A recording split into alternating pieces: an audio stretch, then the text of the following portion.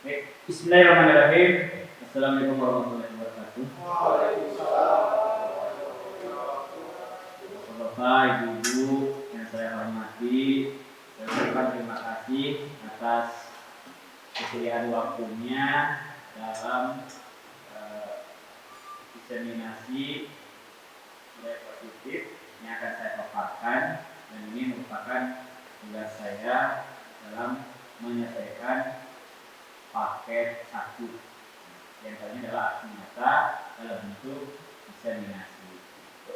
Diseminasi di sini bukan artinya mau menggurui, tapi hanya ingin menyampaikan dan memaparkan terkait tentang apa yang telah saya dapatkan selama pembelajaran TGP, tepatnya pada paket 1. Bapak Ibu yang saya hormati, mudah-mudahan atas kehadiran Bapak Ibu ini bisa membuat agenda saya ini bisa terselesaikan, dan mudah-mudahan atas apa yang Bapak Ibu luangkan waktunya, mudah-mudahan dibalas oleh Allah Subhanahu wa taala. Amin ya rabbal alamin. Bapak Ibu yang saya hormati, izinkan saya untuk memaparkan terkait dengan diseminasi budaya positif, di mana budaya positif di sini itu bisa dikatakan sebagai kebiasaan-kebiasaan yang bersifat dia mempunyai nilai-nilai kebaikan.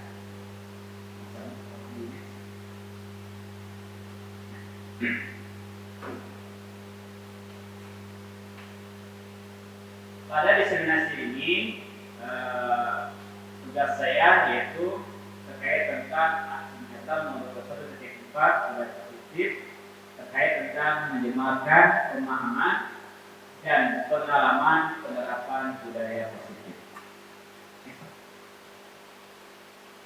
Adapun konsep inti daripada budaya positif ini, yang pertama di sini ada perubahan paradigma belajar, kemudian disiplin positif, teori motivasi perilaku manusia, keyakinan kelas, hukuman dan penghargaan, kebutuhan dasar manusia, posisi kontrol guru, dan segitiga restitusi.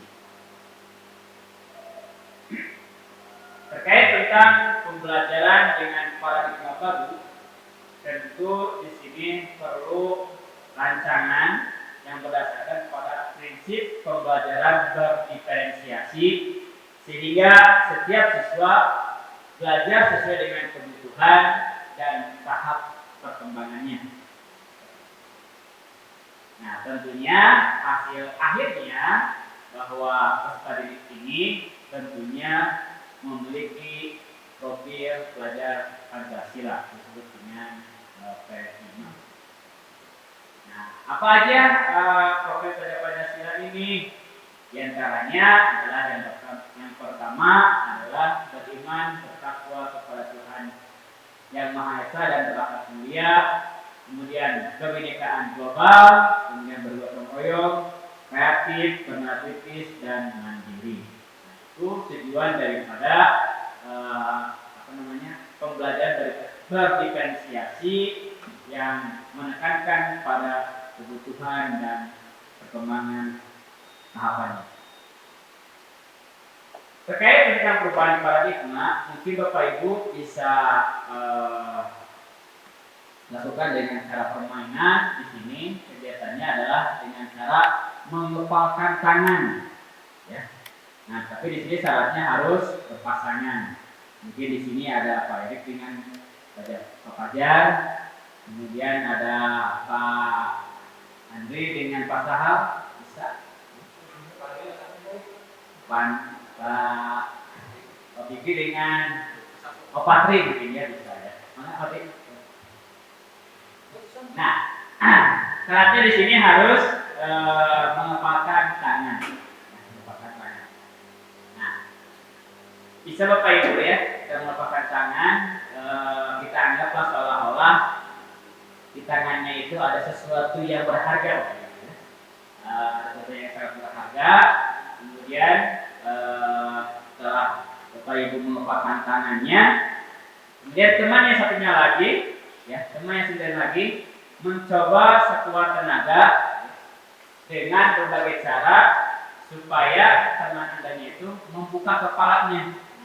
Entah itu bisa dengan cara merayu, memberi uang, menghardik, mengancam, dan sebagainya. Nah, apa yang akan terjadi? Nah, apa yang akan coba Bapak Ibu bisa dipraktekkan ya. Misalkan salah satu dari Bapak ada yang mengepakkan tangannya, salah satu temannya mengepakkan tangannya. Nah, kemudian, Bapak Ibu yang tidak mengepakkan tangan bisa merayu, bisa menghardik, bisa mengancam kepada teman Bapak yang mengepakkan tangannya supaya membuka kepala tangannya. Nah, yang mengepakkan tangan bisa dengan mudah membukanya, juga bisa mempertahankan posisi. Kira-kira apa yang akan terjadi? Silakan.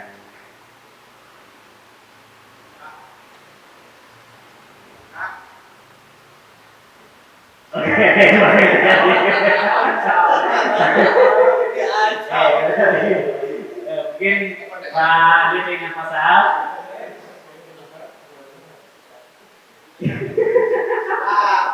Baik, terima kasih Pak. Yang kedua Pak. Yang kedua, baik, silakan.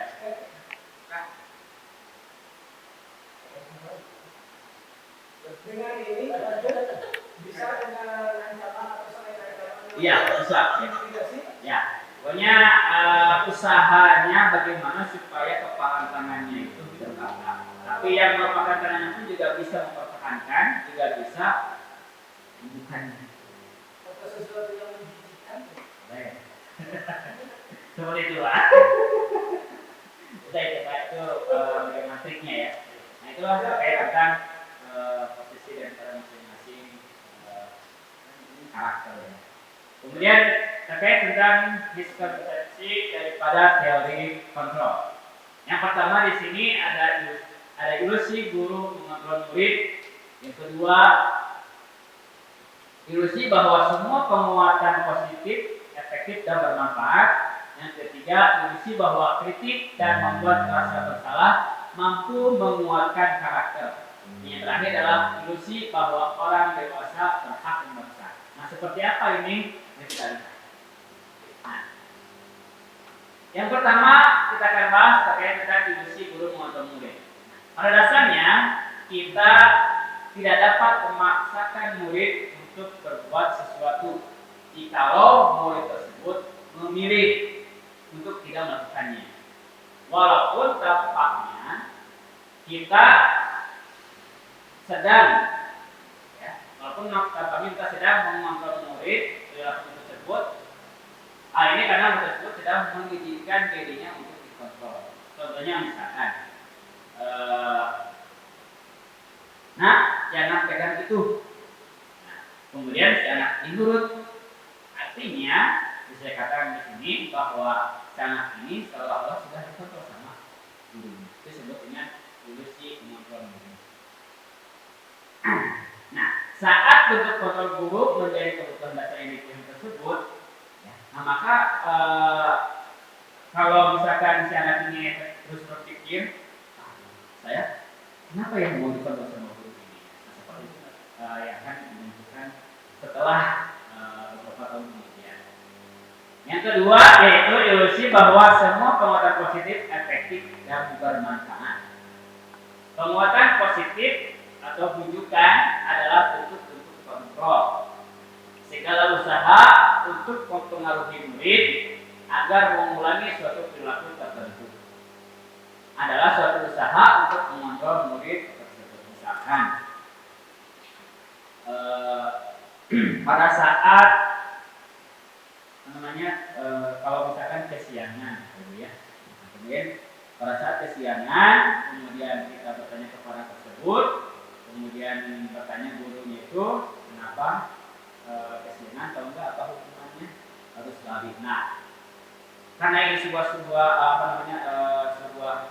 konsekuensi, maka syarat ini akan diikutinya. Nah, menurut kita ilusi ini bahwa itu udah bagus positifnya, tapi ada tapinya. Dalam jangka waktu tertentu kemungkinan murid tersebut akan menyadari dan mencoba untuk menolak rujukan. Atau bisa jadi hal tersebut tergantung pada pendapat sang guru. Contoh misalkan pada saat mau presentasi, nah, kata gurunya harus seperti ini, murid selalu ikut terus tanpa ada perkembangan sendiri.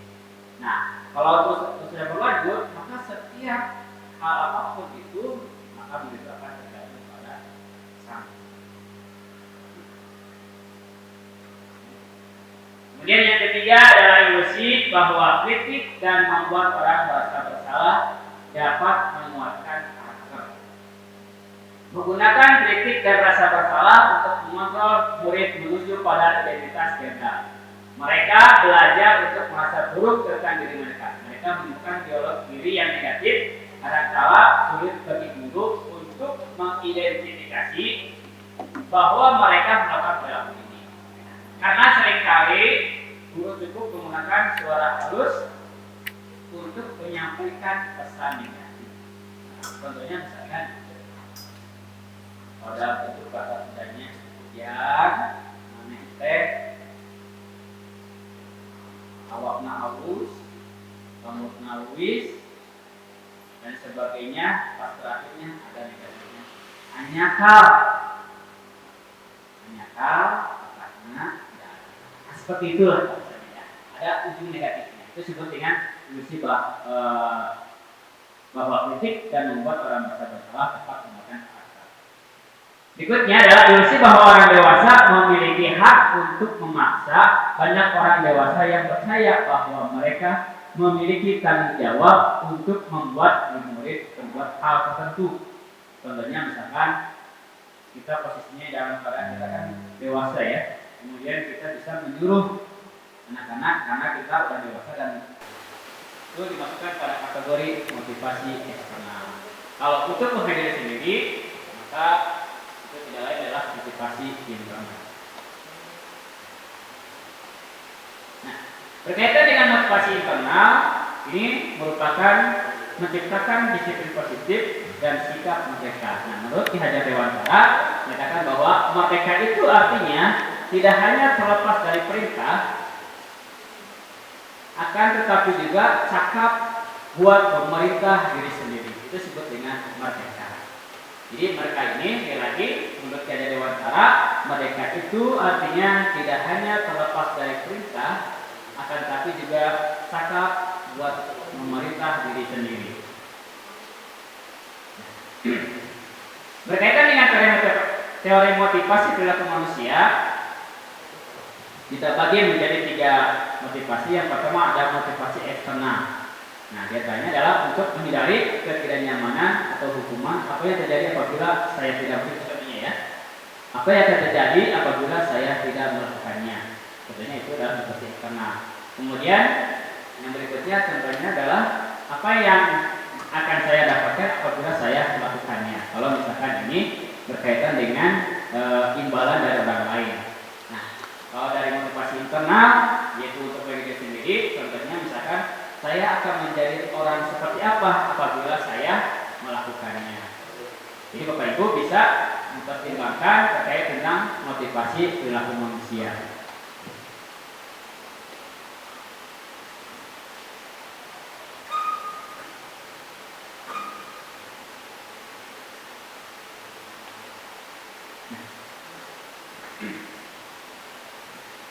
Berkaitan dengan hukuman atau dihukum oleh penghargaan, bahwa penghargaan berlaku sama dengan hukuman dalam arti meminta atau memuji seseorang melakukan sesuatu untuk memenuhi suatu tujuan tertentu dari orang yang meminta atau membujuk.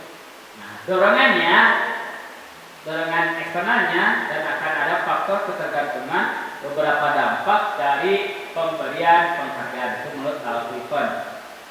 Di antaranya adalah pengaruh jangka pendek dan jangka panjang, kemudian penghargaan menghukum, penghargaan mengurangi kecepatan, penghargaan tidak efektif, dan penghargaan bisa merusak hubungan. Jadi kalau misalkan kita menghukum dengan penghargaan, tentu kita bisa lihat apa yang akan terjadi di dampaknya.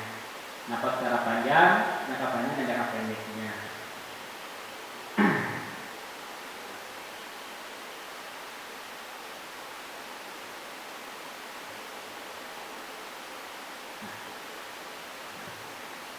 Bentuk program kebajikan atau apresiasi dalam memberikan apresiasi atau pengakuan perlu diingat beberapa hal. Yang pertama harus beri pengakuan itu secara khusus, beri pengakuan secara pribadi, beri pengakuan kepada semua murid atau bergantian, beri pengakuan secara konsisten dan fokus pada proses. Contoh pengakuan atau apresiasi kebajikan.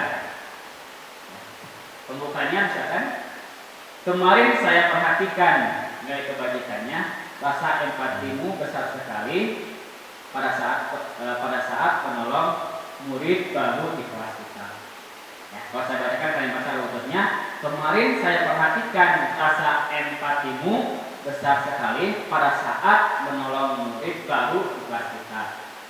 Nah, kalau kita lihat di sini ada nilai kebajikannya, itu di mana? Ada rasa empatimu besar sekali.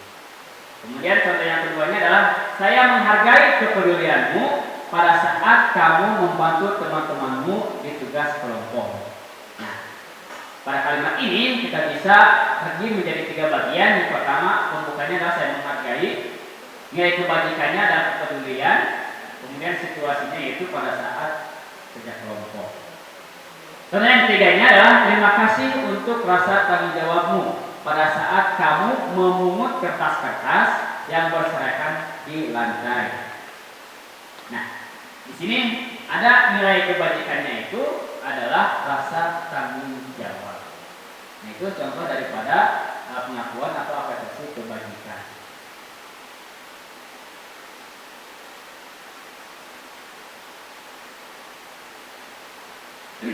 Baik, Bapak Ibu, di sini ada terkait tentang adanya perbedaan antara hukuman dengan konsekuensi.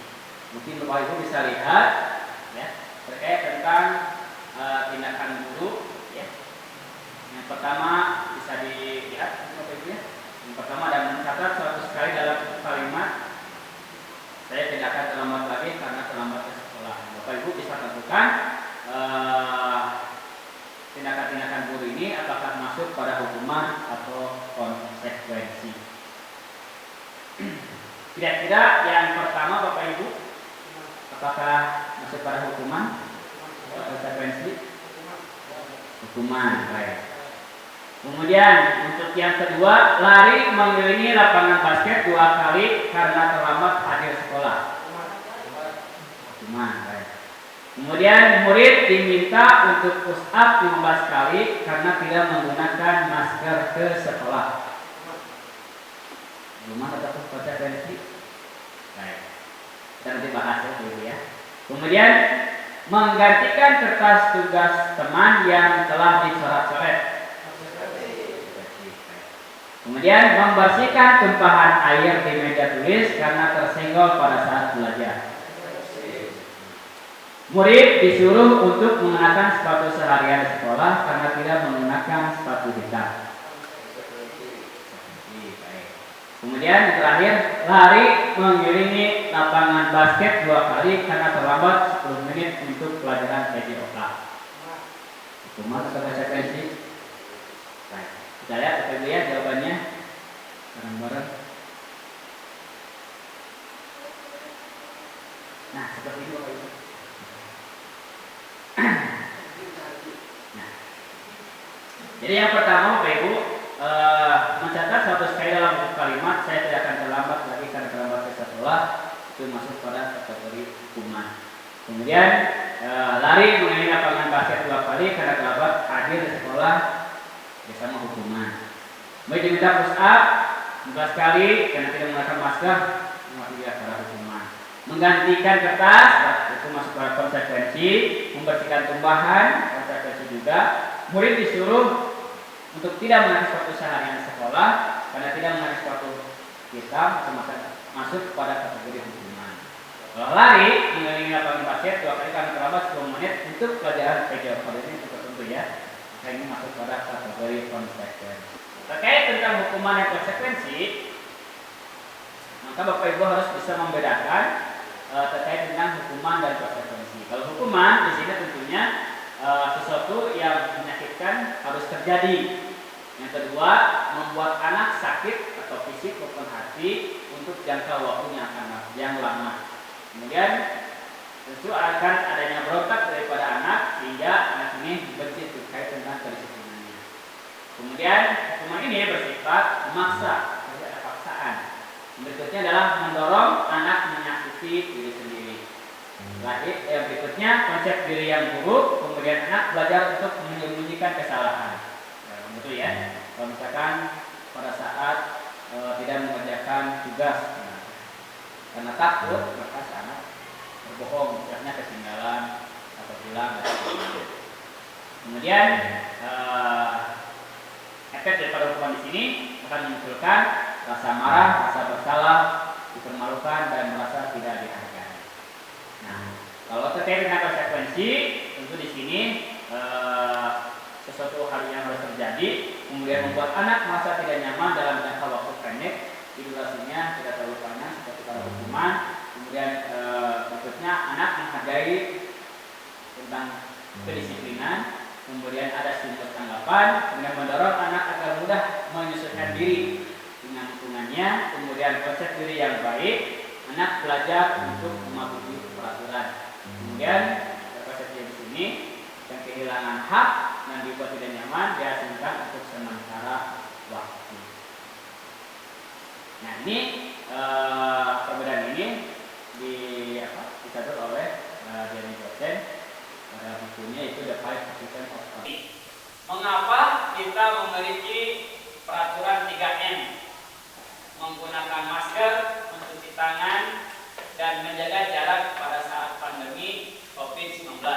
Dan yang keduanya adalah mengapa kita memiliki peraturan harus menggunakan helm jika mengendarai kendaraan bermotor.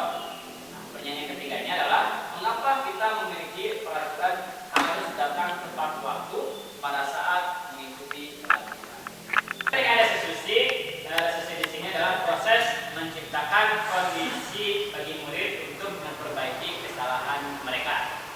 Nah, sehingga mereka bisa kembali dengan kelompok mereka dengan karakter yang lebih kuat lagi.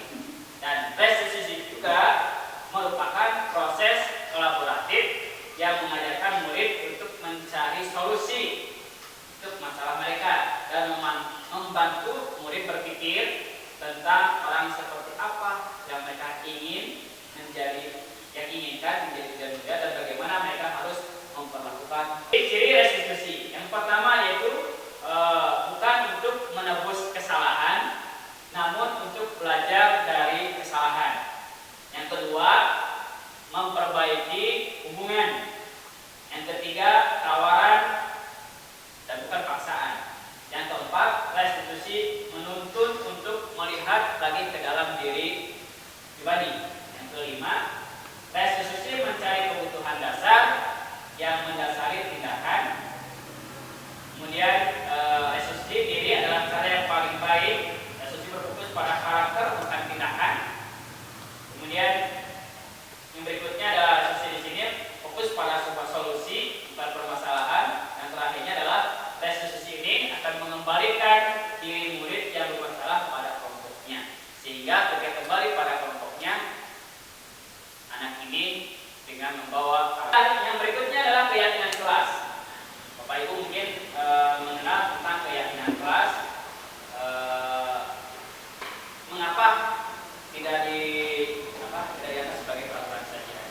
Mungkin Bapak Ibu harus mengetahui tentang keyakinan kelas. Mengapa harus keyakinan kelas bukan peraturan saja? Contoh misalkan ada pertanyaan seperti ini. Mengapa kita memiliki peraturan 3M?